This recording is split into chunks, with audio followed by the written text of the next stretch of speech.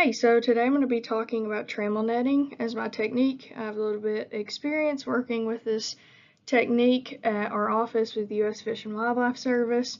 So here's a diagram or a picture of what a trammel net looks like. Cut off at the bottom would be an anchor that actually holds it down, and then your float, of course, on one side with your lead line on the bottom and float line on the top. You have different panel sizes, which is what that is magnifying on.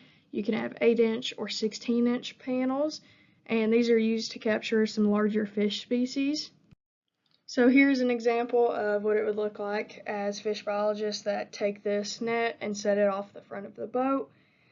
Typically at our office, we let them sit for about 30 minutes. We go out and electrofish around the net, and then this is actually used to target our Asian carp species, the grass carp, which is a larger fish species that we typically see anywhere from 40 to 50 pound fish. So this works perfect. Gill nets would probably be too small and have too much bycatch for us. So it does take a fair amount of time to mend these nets and clean them. As shown in this picture here, this probably took 6 or 7 hours for us to untangle some of the nets we get whenever we set these in some rougher waters. But here are the grass carp that we target during these trammel technique settings.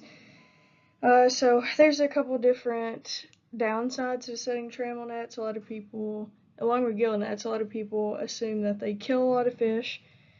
Depending how long you leave them set, this can occur, but we typically only set these once a month for about a week as what we call sustained setting, to kind of figure out what are we missing while we're electrofishing, because the water is typically so dirty you can't really see into the water. And then also, for research purposes, when we capture a fish, we're able to tag these fish and be able to track their different movements, kind of see where they're going. So this helps research in a lot of different ways to see where these invasive fish might be either breeding, spawning, or any of those different activities that we might want to look into.